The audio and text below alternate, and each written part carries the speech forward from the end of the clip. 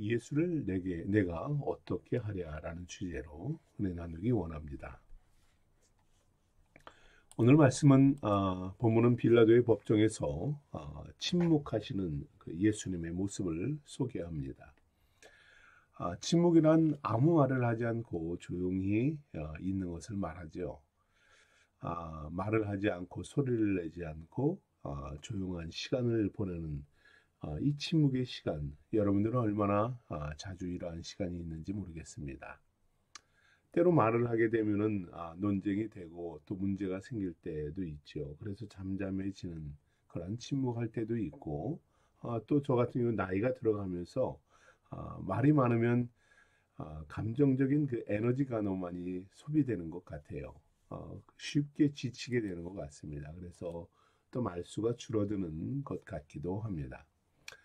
요즘에는 기회를 자주 갖지 못해서 어려운데, 전에는 센터를 다닐 때 어두운 한밤중에 운동장에 앉아서 밤하늘에 떠 있는 그 수많은 별을 보며 조용히 침묵의 시간을 보내는 것을 즐거워하기도 했습니다. 또는 날씨가 차가워지면 벽난로에 불을 피워서 조용히 불을 바라보는 시간도 좋아하는 시간이었죠. 여러분은 언제 혼자 침묵을 하고 언제 조용한 시간을 보냅니까? 그리고 그것을 즐겨하는 편인지 모르겠어요. 어떤 이들은 많은 사람들과 어울리고 분주하고 빠르게 지나는 시간을 즐겨하는 이들도 없잖아 있습니다. 현대인들은 말을 많이 해야 하는 삶을 살아가는 것 같아요. 적극적으로 자신을 PR하지 않으면 마치 무능한 사람처럼 어리석은 사람처럼 낙인이 찍히기 쉽기 때문입니다. 많은 사람들에게 자신을 소개하고 알려야만 사람들에게 인정을 받아요. 자신의 필요와 욕구를 채울 수 있기 때문입니다. 특히 자신이 곤란한 상황에 빠지거나 모함을 받아서 억울한 일을 겪게 되면 더욱 그렇죠. 더욱 적극적으로 자신을 변호하게 됩니다. 오늘 예수님의 상태가 바로 그와 같습니다. 자신의 억울함과 고통을 알리고 변호하고 적극적으로 그 위기를 극복해야만 하는 시간이 되었어요. 왜냐하면 예수님은 억울하게 고통을 당하고 있기 때문입니다. 불법적인 재판 가운데 놓여졌기 때문이죠. 제자들에게 배신을 당하고 사람들에게 버림을 받아서 오늘 고통을 겪고 있기 때문입니다.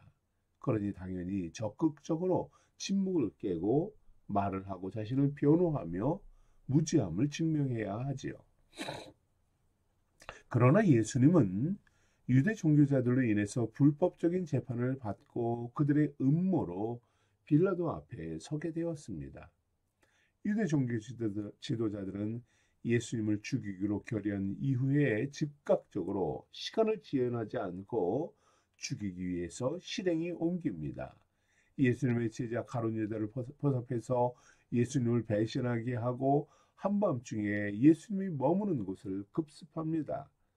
예수님을 체포해서 불법적으로 진행되는 이 재판을 벌리고 예수님께 신성모독 혐의를 씌워서 사형을 선고하지요. 당시 그들은 사형을 집행할 권한이 없기 때문에 로마 총독을 통해서 십자가 처형을 요청합니다. 이렇게 갑작스런 하룻밤 사이에 일어나는 잠깐 몇 시간 만에 일어나는 갑작스러운 이 진행 과정에서 여러분 얼마나 당황스럽고 곤혹스럽습니까? 나는 무죄하다라고 증명하고 그것을 강하게 어필해야 되지요. 빌라도 앞에까지 놓여있는 예수님은 빌라도는 예수님께 이렇게 신문합니다. 내가 유대인의 왕이냐? 단도직입적으로 주님께 너의 신분이 무엇이냐 질문합니다. 지극히 정치적인 질문이지요. 당시 로마의 속국이었던 유대인은 로마가 인정한 자만이 왕이 될 수 있습니다. 자체적으로 왕을 세우거나 아니면 스스로 왕이다라고 말을 해서 백성을 선동하게 되면 정치적으로 로마에 반역을 하는 행위지요. 반역자들에게는 십자가 처형이 기다리고 있었을 뿐입니다. 빌라도의 관심은 바로 거기에 집중되어 있어요. 자신이 총독으로 다스리는 민족이 반역하고 대적하지 않고 로마의 법에 순응하면서 따라주면 됩니다. 더 이상 다른 것을 요구할 필요도 없습니다. 즉 로마를 대적하는 유대인의 왕만 아니면 되는 것이에요. 문제될 것이 없습니다.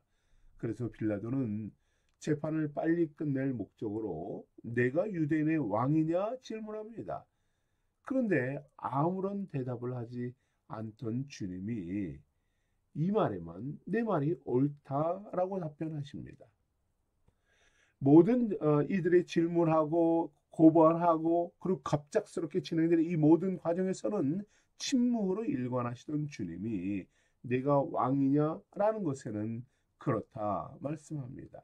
자신의 실존을 분명히 선포하지요. 예수님은 맞습니다. 유대인의 왕이십니다. 온 인류의 왕이고 만왕의 왕이고 우리의 왕이신 예수님이시지요. 우리는 그분을 섬기는 백성들입니다. 주님의 명령에 따르는 백성이며 왕의 통치와 다스림을 받으며 나아가는 백성들이죠. 왕의 나라를 세워가는 주님의 백성들입니다. 왕 중의 왕이신 주님을 따르는 백성으로서 우리가 주를 경배하고 찬양하며 높여 나아가야 하는 것입니다. 왕이신 주님을 섬기며 그 나라를 바라보는 믿음의 성도들이 되기를 고면합니다. 오늘 빌라도의 재판에 붙잡혀 오신 예수님은 내가 유대인의 왕이냐라는 말에 내 말이 맞다. 내가 왕이다. 이 한마디 말씀만을 합니다. 주님께서 왕이다라고 인정하셨기 때문에 이제 빌라도가 해야 할 일은 무엇입니까? 그를 붙잡아서 십자가에 매달아 처형하면 이제 모든 것이 마무리됩니다. 이것이 유대 종교인들이 원했던 바이고 이것이 또한 빌라도가 속전속결로 진행하는 재판의 과정입니다. 그런데 왠지 빌라도는 주님을 처벌하지 않습니다. 원하지 않습니다. 주님이 반역죄를 지은 것과 같이 왕이다라고 말을 하지만 그렇게 여기지 않습니다. 왜 그렇습니까? 유대를 다스리는 빌라도는 아마도 이미 예수님에 대해서 어느 정도 소문을 듣고 알고 있었을 것입니다. 지난 3년 동안 예수님은 수많은 병자들을 고쳐주고 귀신을 쫓아내고 수많은 사람들에게 먹이고 이적을 행하며 그리고 천국 복음을 증거하는 이런 선지자로 영적 스승으로 그를 여겼을 것입니다. 주님이 잡혀온 것은 그의 정치적인 문제, 왕으로서의 문제가 아니고 사회적 범죄 행위가 아니었습니다. 주님을 미워하는 종교인들의 갈등 때문이 아닌가라는 것을 너무도 잘 알고 있었습니다. 오늘 말씀과 같이 그를 시기하는 백성들로 인한 종교인들로 인한 억울한 재판이었기 때문입니다. 그는 다시 그에게 주님께 질문합니다. 너를 쳐서 얼마나 많은 것으로 증거하는지 듣지 못하느냐? 대답하라 합니다. 변호하라 합니다. 재판장의 고발자와 증거자로 모인 이 대제사장들의 무리는 수많은 죄목으로 너를 고발하고 나열하고 있지 않느냐라는 것이죠. 그는 주님을 사형시키고자 고발하는 유대 종교제도자의 시기와 그 사악함을 신뢰할 수 없었습니다. 빌라도는 침묵하는 주님께 이 고발자들의 말을 듣고 자신을 변호하라고 거듭 반복해서 권면합니다. 그러나 주님은 아무런 변론을 제기하지 않습니다. 변명하고 억울함을 호소하지 않습니다. 표현하지 않습니다. 주님을 처벌할 이유가 전혀 없음에도 결국 빌라도는 말합니다. 내가 너를 죽이고 살릴 권세도 있으니 변명하라 하지요. 주님을 살리기 위해 부단히 애를 씁니다. 죽음의 자리에서 한마디의 변명도 하지 않는 주님의 이러한 태도에 빌라도는 당혹스럽고 이해할 수 없었던 것입니다. 십자가의 죽음을 변명하지도 않고 받아들이는 주님의 태도, 이것이 어찌 쉬운 문제이겠습니까? 너무도 생소하고 충격적인 일이죠. 이해할 수 없는 일입니다. 왜냐하면 이번 재판은 불합리하고 모순되고 불공평하고 부조리한 재판이기 때문이죠. 이처럼 주님의 침묵은 거짓되고 불합리한 환경 속에서 사람들 앞에서 침묵하시며 모순 앞에서 침묵하시며 주님은 침묵으로 맞서십니다. 왜 주님은 고발자들의 거짓과 빌라도의 강압 속에서 침묵하셨을까요? 주님은 당신의 모든 사역을 완성하시는 것을, 마지막 사명을 감당하는 것을 침묵으로 받아들이시는 것입니다. 그동안 주님의 모든 사역은 말로 변명할 이유가 없는 사역입니다. 모든 백성들 한 명도 예외 없이 민족이 알고 있는 사실이기 때문이죠. 심지어 총독 빌라도도 너무도 잘 아는 사실입니다. 주님을 거부하는 사역한 자들은 거짓말로 주님의 사역을 부인하고 파괴하고 그리고 주님을 대적합니다. 하지만 주님은 그들과 싸워서 그들의 악함을 들추어낼 필요가 없어요. 변명하고 고백 없이도 주님의 사역은 생명을 구원하는 사역이기 때문입니다. 생명의 능력의 역사였습니다. 복음을 증거하는 사역입니다. 사랑의 역사를 행해 오셨기 때문이죠. 지금까지 하신 그 모든 것들이 바로 이와 같이 사랑이었고 은혜였고 생명을 살리는 일이었습니다. 이것을 변명하고 이것을 말할 이유가 전혀 없는 것입니다. 주님은 말하지 않는 침묵으로 다시 그 복음을 증거하시는 것입니다. 그것을 깨닫게 하시는 것입니다. 그것을 고발하는 자들의 양심을, 죄책감을, 그들의 악함을 침묵으로 깨닫게 하시고 회개케 하시는 것이지요. 은혜 가운데서 인도하시는 것입니다. 우리는 간혹 하나님이 침묵하신다라는 생각을 할 때가 있지요. 하나님이 왜 아무런 말씀을 하지 않고 왜 하나님이 침묵하고 계시나, 하나님이 왜 조용하신가, 여기에 힘들어할 때가 없잖아 있습니다. 왜 그럴까요? 저는 그렇게 생각합니다. 하나님은 모든 것을 다 증명하셨습니다. 하나님이 이미 모든 것을 다 말씀하셨습니다. 하나님은 이미 살리셨고 하나님은 이미 생명을 주셨고 복음을 말씀하셨고 우리의 기도에 응답하셨고 하나님은 이미 우리에게 모든 것을 다 이루셨습니다. 하나님은 침묵하심으로 우리에게 깨닫기를 원하시는 것입니다. 말씀을 가르치신 그 말씀을 돌이키길 원하시는 것입니다.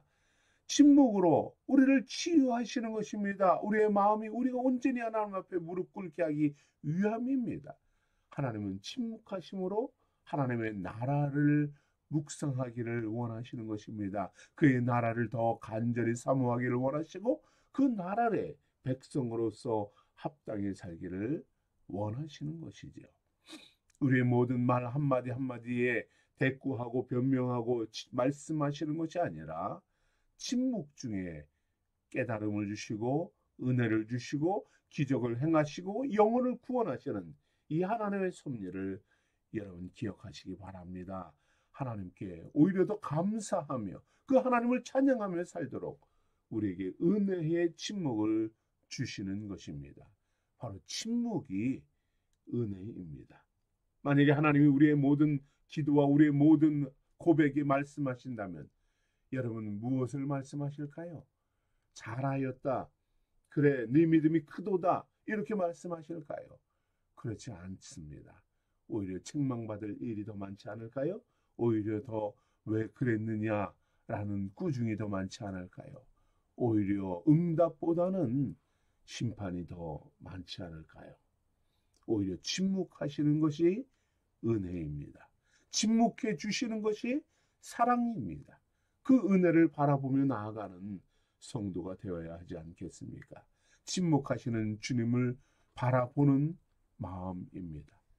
침묵의 주님을 풀어주기 위해서 빌라도는 명절의 전통에 따라서 관례대로 행하던 사건이 있었죠. 17절의 말씀대로 무리의 소원대로 죄수 하나를 놓아주는 전례에 따라서 내가 누구를 너희에게 놓아주기를 원하느냐? 바라바냐? 그리스도냐?라고 질문합니다.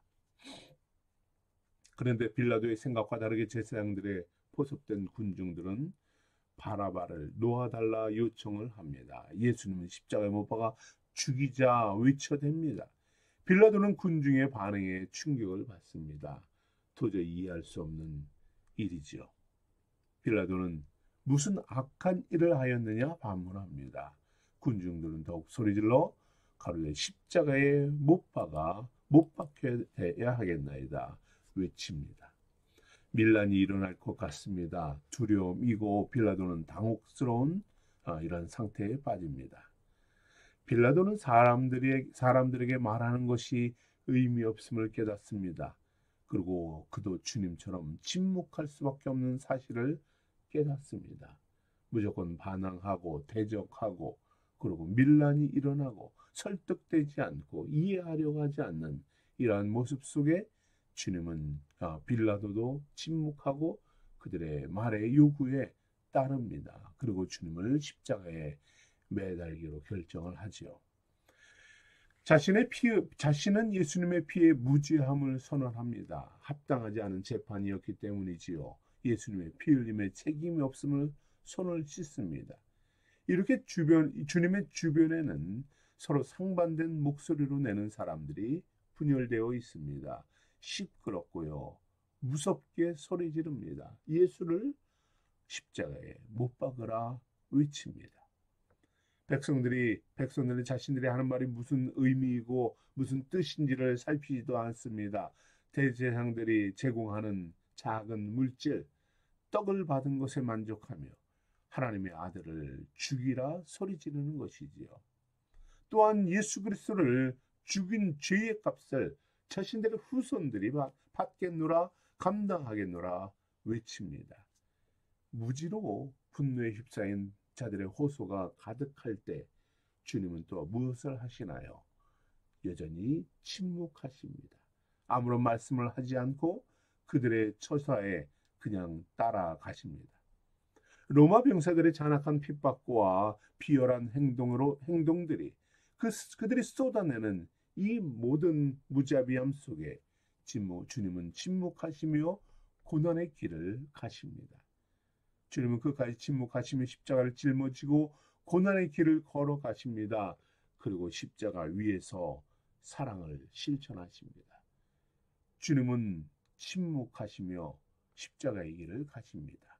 침묵하며 십자가에서 죽으시고 십자가를 짊어지시고 침묵하며 우리에게 십자가로 다가오십니다. 십자가에 주님께서 사랑하는 성도 여러분에게 말씀하시는 것입니다.